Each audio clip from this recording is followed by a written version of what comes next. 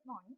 ഇന്ന് നമ്മൾ ഡിസ്കസ് ചെയ്യാനായിട്ട് പോകുന്നത് സ്ട്രക്ചറൽ അനാലിസിസ് 1 മൊഡ്യൂൾ 3ലെ ടോപ്പിക് ആണ്. മൊഡ്യൂൾ 3ല് സ്റ്റാറ്റിക്കലി ഇൻഡിറ്റർമിനേറ്റ് ആയിട്ടുള്ള സ്ട്രക്ചേഴ്സിന്റെ അനാലിസിസ് മെത്തേഡ്സ് ആണ് പഠിക്കേണ്ടത്. രണ്ട് മെത്തേഡ്സ് ആണ് നമുക്കുള്ളത്, strain energy method and consistent deformation method. അതിൽ ഇന്ന് നമ്മൾ നോക്കാനായിട്ട് പോകുന്നത് കൺസിസ്റ്റന്റ് ഡിഫോർമേഷൻ മെത്തേഡ് ആണ്. കൺസിസ്റ്റന്റ് ഡിഫോർമേഷൻ മെത്തേഡിൽ തന്നെ analysis of beams, frames and tresses, ഈ മൂന്ന് കേസിന്റെയും അനാലിസിസ് നമുക്ക് പഠിക്കാനായിട്ടുണ്ട്. സോ ഇന്ന് നമ്മൾ നോക്കാനായിട്ട് പോകുന്നത് analysis of beams and frames with degree of static indeterminacy 1 and 2. Degree of static indeterminacy 1 and 2 വരുന്ന ബീംസിന്റെയും ഫ്രെയിംസിന്റെയും അനാലിസിസ് പ്രൊസീജിയർ ആണ് ഇന്ന് നമ്മൾ നോക്കാനായിട്ട് പോകുന്നത്. സോ ഫസ്റ്റ് നമ്മൾ നോക്കാനായിട്ട് പോകുന്നത് analysis of beams and frames with degree of external indeterminacy 1. Degree of external indeterminacy 1 വരുന്ന ബീംസിന്റെയും ഫ്രെയിംസിന്റെയും അനാലിസിസ് പ്രൊസീജിയർ ആണ് ആദ്യം നമ്മൾ നോക്കാനായിട്ട് പോകുന്നത്. സോ ഞാൻ ഫസ്റ്റ് സ്റ്റെപ്പ് എന്ന് പറയുന്നത് determine the degree of external indeterminacy. നിങ്ങൾക്ക് ഒരു ബീം അല്ലെങ്കിൽ ഒരു ഫ്രെയിം തന്നിട്ടുണ്ടെങ്കിൽ ആ ബീം അല്ലെങ്കിൽ ഫ്രെയിമിന്റെ degree of external indeterminacy calculate ചെയ്യുക by using the formula IE is equal to capital R minus small r, where capital R is the number of unknown reactions and small r is the number of equilibrium equation. So IE is equal to capital R minus small r, ഈ formula use ചെയ്ത് degree of static external indeterminacy calculate ചെയ്യാം.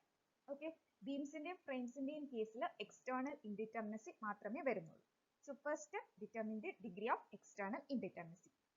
Then second step എന്ന് പറയുന്നത് fix the redundant force.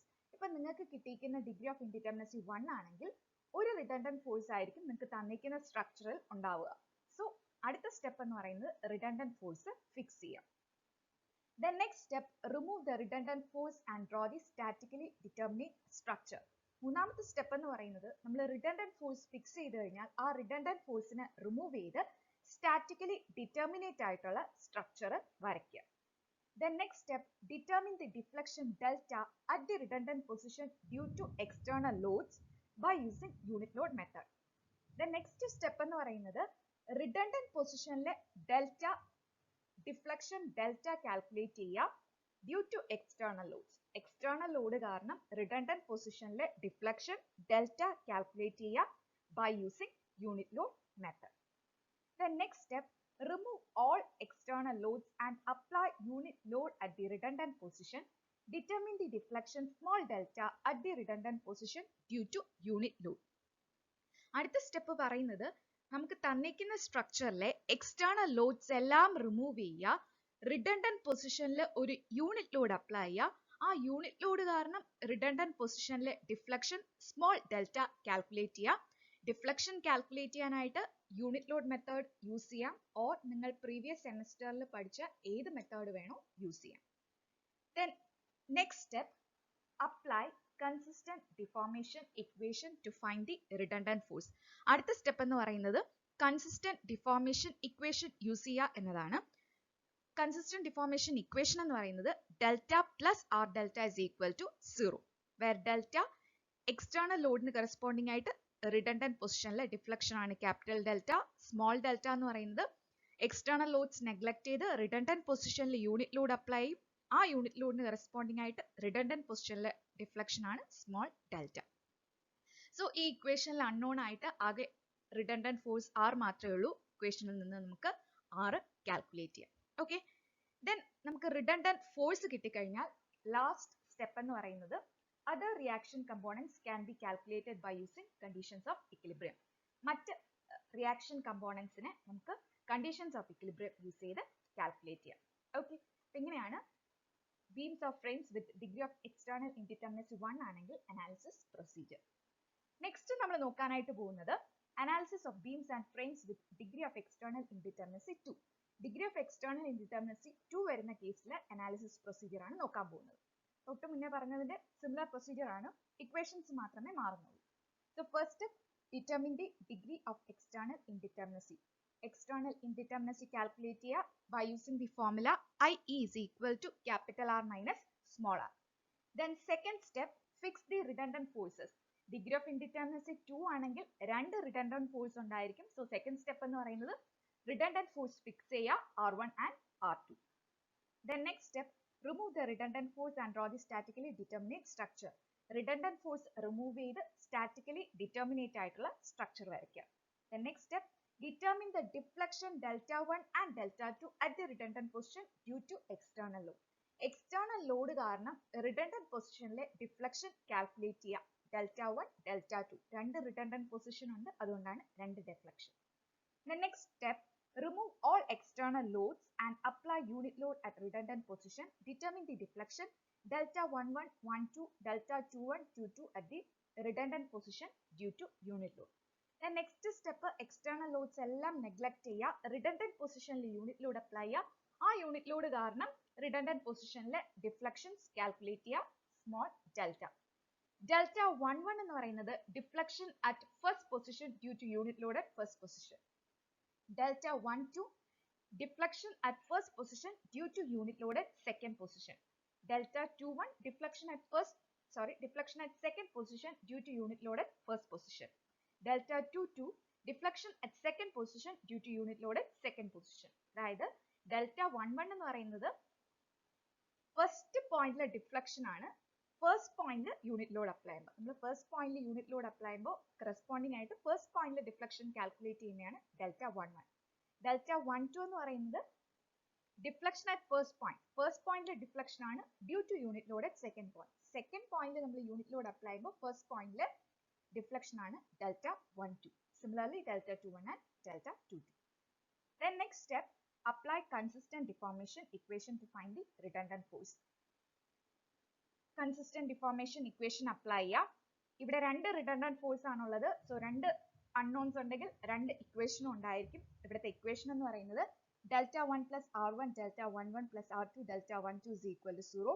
Delta 2 plus r1 delta 21 plus r2 delta 22 is equal to 0. ഈ രണ്ട് equations solve ചെയ്യുക. r1 and r2 calculate ചെയ്യുക. Then last step, redundant force കിട്ടിക്കഴിഞ്ഞാൽ ബാക്കിയുള്ള unknowns calculate ചെയ്യാനായിട്ട് conditions of equilibrium യൂസ് ചെയ്യാം. Okay, ഇങ്ങനെയാണ് ബീംസും ഫ്രെയിംസും analyse ചെയ്യുന്നത് using consistent deformation method. Okay, so നമുക്ക് പ്രോബ്ലംസിലോട്ട് കിടക്കാം. First problem, analyse the beam Sean in figure using consistent deformation method. നിങ്ങൾക്ക് ഒരു ബീം തന്നിട്ടുണ്ട്, ഈ ബീമിനെ കൺസിസ്റ്റന്റ് ഡിഫോർമേഷൻ മെത്തേഡ് യൂസ് ചെയ്ത് അനലൈസ് ചെയ്യാം. നിങ്ങൾക്ക് തന്നിരിക്കുന്ന ബീം എന്ന് പറയുന്നത് ഒരു പ്രോപ്ഡ് കാന്റിലിവർ ബീം വിത്ത് ഓവർഹാങ് ആണ്. ഒരു ബീം കിട്ടിക്കഴിഞ്ഞാൽ ആദ്യമേ തന്നെ ഇതിന്റെ സപ്പോർട്ട് റിയാക്ഷൻസ് മാർക്ക് ചെയ്യുക. സപ്പോർട്ട് എ ഫിക്സ്ഡ് ആണ്, സോ എയിലെ റിയാക്ഷൻ വെർട്ടിക്കൽ റിയാക്ഷൻ ഉണ്ട് RA, മൊമെന്റ് ഉണ്ട് MA. B hinged with roller support ആണ്, so support reaction always perpendicular to support RB ആണ് അവിടുത്തെ റിയാക്ഷൻ. അനാലിസിസിലോട്ട് കടക്കുക. ഫസ്റ്റ് സ്റ്റെപ്പ് ഫോർ അനാലിസിസ് എന്ന് പറയുന്നത് determine the degree of external indeterminacy IE by using formula capital R minus small r, where capital R number of unknown reactions. ഇവിടെ unknown reactions RA, MA, RB. മൂന്ന് unknown reactions ആണുള്ളത്. R small r number of equilibrium equations. ഇവിടെ രണ്ട് equilibrium equation ആണ് നമ്മൾ use ചെയ്യുന്നത്. Sigma Fy is equal to 0 and sigma M is equal to 0. ഇവിടെ sigma Fx is equal to 0 എന്ന condition നമ്മൾ യൂസ് ചെയ്യത്തില്ല, കാരണം ഇവിടെ ഹൊറിസോണ്ടൽ ഫോഴ്സസ് ഒന്നും തന്നെ ഇല്ല. അപ്പോൾ നമ്മൾ യൂസ് ചെയ്യാൻ പറ്റുന്ന രണ്ട് കണ്ടീഷൻ ഓഫ് ഇക്വിലിബ്രിയമേ ഉള്ളൂ. Sigma Fy is equal to 0 and sigma M is equal to 0. Therefore, small r is equal to 2. അങ്ങനെയാണെങ്കിൽ degree of external indeterminacy 3 minus 2, 1. Okay. Then second step, fix the redundant force. എപ്പോഴും ഒരു പ്രോബ്ഡ് cantilever beam ആണ് തന്നിരിക്കുന്നതെങ്കിൽ പ്രോബ്ഡ് എൻഡിനെ redundant ആയിട്ട് എടുക്കുക. Simple സപ്പോർട്ടിലെ റിയാക്ഷനെ redundant ആയിട്ട് എടുക്കുക. So take RB as redundant.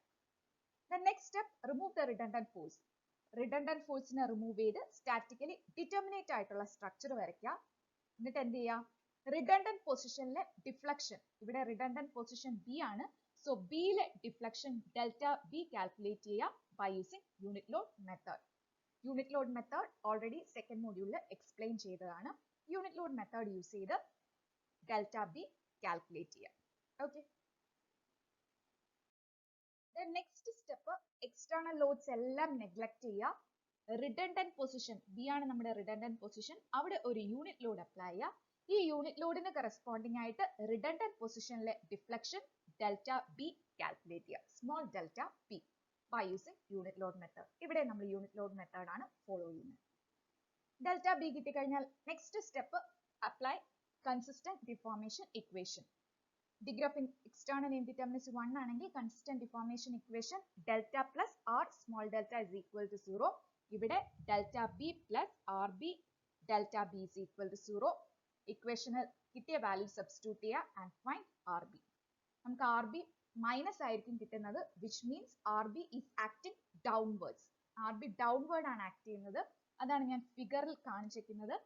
rb is equal to minus 71.25 kilonewton downward ആണ് act ചെയ്യുന്നത്.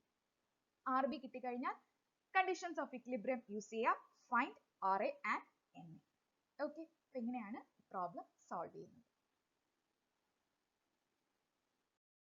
The next problem, determine the reaction components in the continuous beam shown in figure. Flexural rigidity is constant throughout.